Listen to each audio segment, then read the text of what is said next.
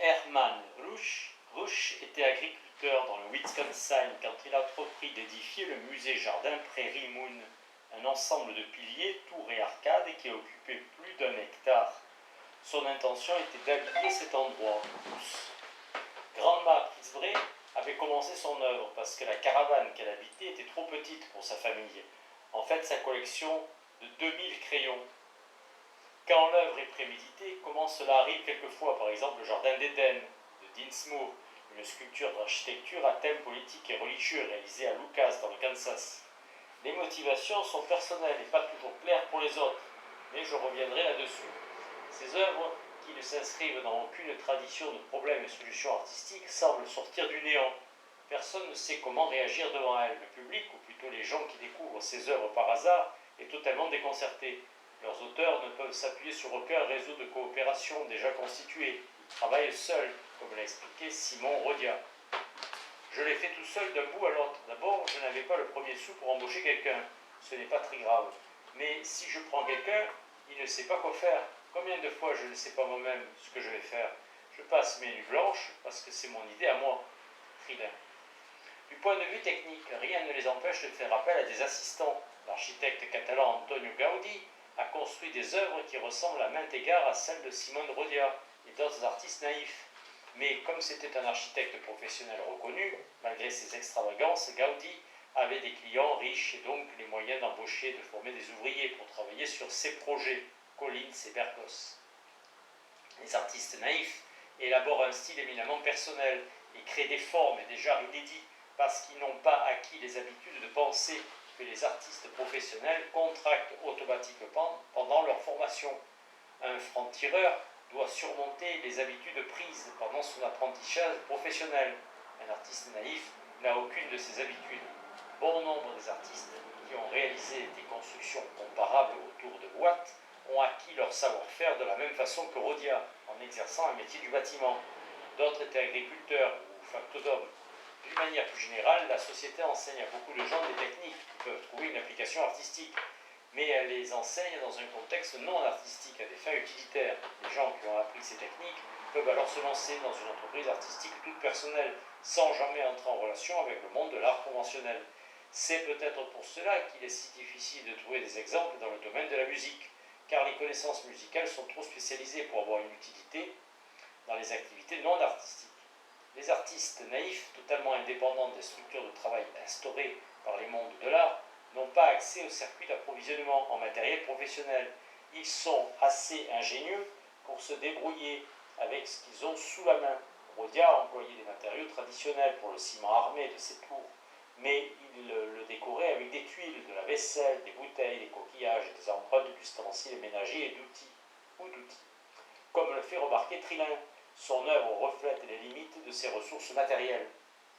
Visiblement, la forme de ses tours a été déterminée en partie par son manque de matériel. Par exemple, comme il n'avait pas d'échafaudage, il a dû s'en fabriquer un à mesure qu'il avançait dans son travail. Cet échafaudage a pris la forme de barres et d'anneaux horizontaux qui entouraient les flèches verticales, et l'effet de toile d'araignée très serrée provient en partie du fait que l'écartement entre deux anneaux devait permettre à un homme assez petit de passer aisément de l'un à l'autre. Louis Whippick, qui a créé South Rapids dans le Minnesota, un gigantesque jardin de rocailles baptisé Taupinière, culminant à 15 mètres, a su tirer parti des industries locales. Durant les 24 années qu'il a consacrées à l'aménagement de son jardin, il a récupéré dans les carrières et chez les marbriers des blocs de pierre inutilisés, des stèles abîmées et des articles de second choix. Dans les ateliers de Great Northern Railroad, il a trouvé des rails, des câbles d'acier et des planches provenant de wagons de marchandises mis au rebut. Ce bois a servi à construire les 2 maisons en bordure du jardin. Il a utilisé les rails pour étayer les ponts et les plateformes en béton. Scherhartz, Grandma Prisbré, a trouvé tous ces matériaux, sauf le béton, les poutres et le papier brun goudronné, dans la décharge municipale, où elle a déniché notamment près d'1 million de bouteilles, des phares de voitures, des tubes cathodiques, des poupées, des pièces de machines, des éprouvettes, des crayons, des montures de lunettes et des capsules de bouteilles de bière, McCoy. James Hampton a trouvé des matériaux dans les corbeilles à papier qu'il était chargé de vider. Il donnait la pièce à des clochards du quartier qui allaient lui chercher du papier d'aluminium. Lui-même parcourait les rues avec un grand sac de jute où il entassait son butin, Roscoe. Les artistes naïfs, dépourvus de toute formation professionnelle et coupés du monde de l'art, n'apprennent pas le vocabulaire conventionnel utilisé pour expliquer et justifier les œuvres.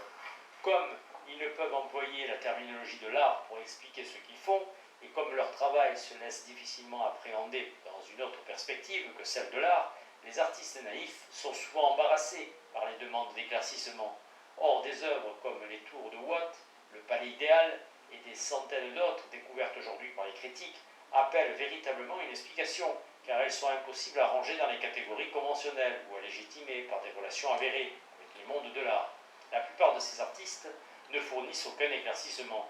Ils doivent estimer que ce qu'ils font ne regarde pas les autres, ou que c'est une affaire entre eux et Dieu, étant donné que beaucoup d'œuvres naïves ont une dimension religieuse.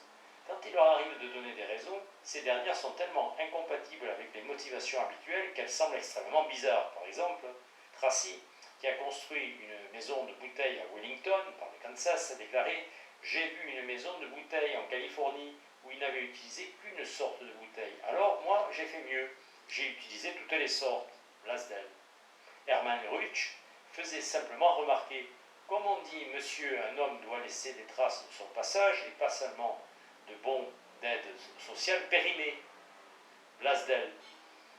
Dinsmoor éludait les demandes d'explication. Si le jardin d'Éden n'est pas bien, c'est la faute de Moïse. Il a décrit et je l'ai fait. Blasdel. Quant à Fred Smith, il affirmait « J'ai 166 ans et je me porterai encore mieux quand je l'aurai 175.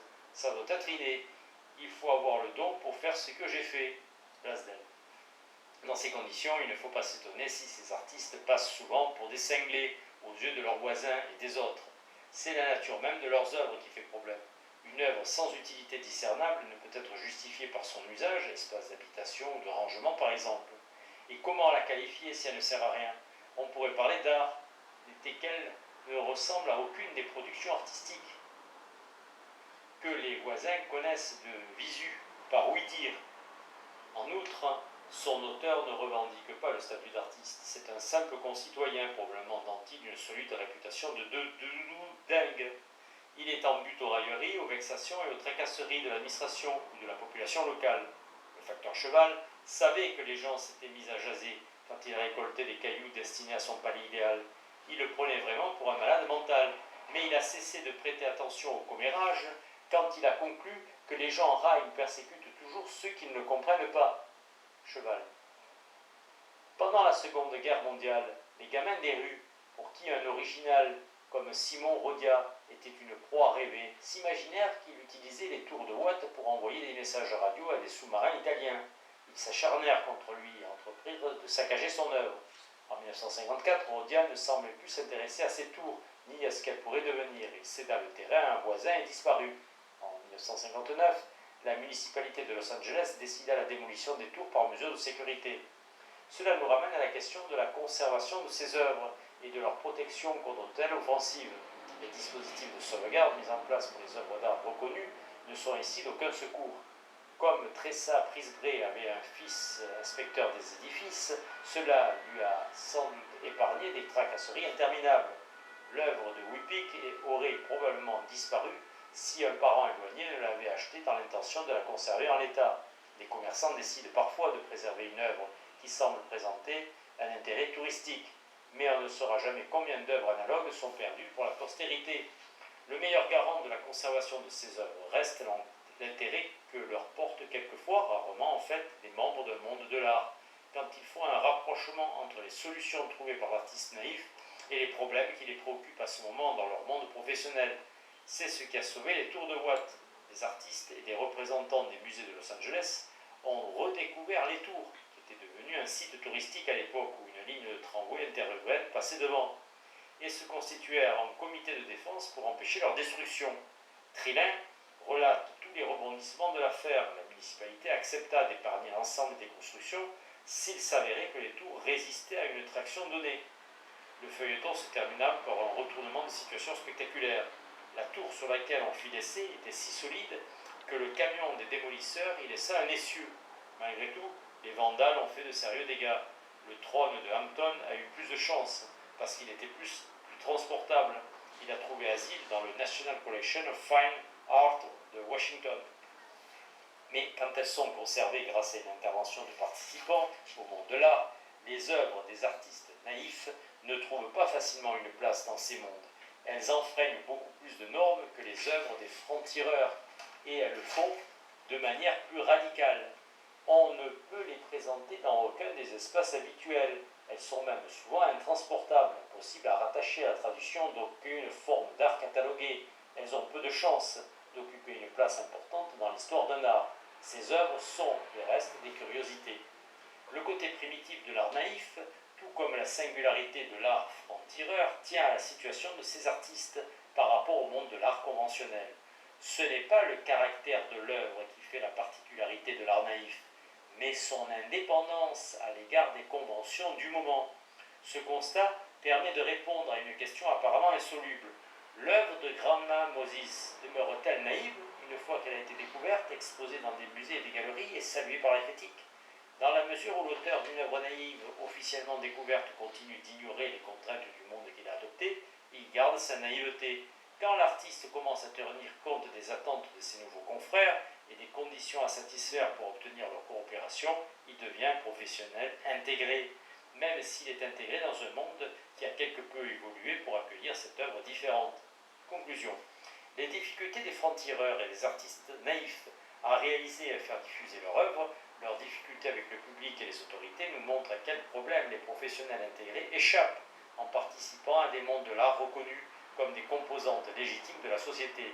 Les artistes populaires nous révèlent par leur exemple comment des œuvres semblables à l'art sont, sous tous les rapports, sauf celui de l'appellation, peuvent être réalisées sous d'autres auspices et ce qu'il en résulte.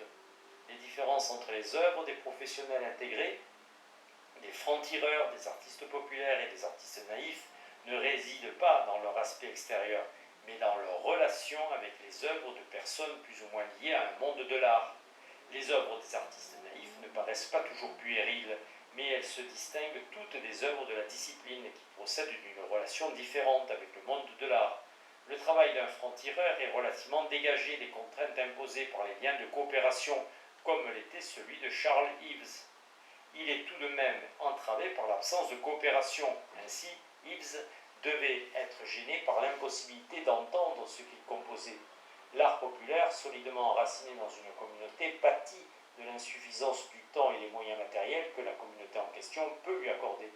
Il ne bénéficie pas de tous les appuis offerts aux participants à un monde de l'art reconnu, où la réalisation des œuvres d'art ne passe pas après les préoccupations plus immédiates de la communauté. L'art naïf est aussi fruste que peut l'être une expression personnelle à l'état brut, quand elle n'est tempérée ni par l'opinion ni par l'exemple des confrères. Donc, les mondes de l'art aident leurs participants à produire des œuvres qui obtiendront le soutien matériel d'autrui et retiendront son attention. Ils aident les artistes à insérer leur œuvre dans une tradition où elle prend son sens. Ils permettent de disposer du temps et des ressources nécessaires pour une activité artistique. Ce ne sont pas des différences de qualité qui séparent toutes ces sortes d'art. On trouve des œuvres plus ou moins intéressantes dans chaque catégorie, mais nous considérons toujours les œuvres hétérodoxes, celles qui ne sont pas réalisées sous les auspices d'un monde de l'art, selon une esthétique qui émane d'un monde, probablement un monde de l'art auquel nous participons.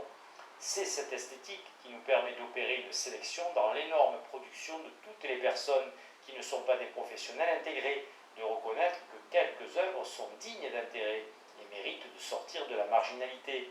À un autre moment, les membres de notre monde de l'art feront une sélection différente, si tant est que les mécanismes de conservation permettent aux œuvres de survivre pour pouvoir être choisies. Moulin.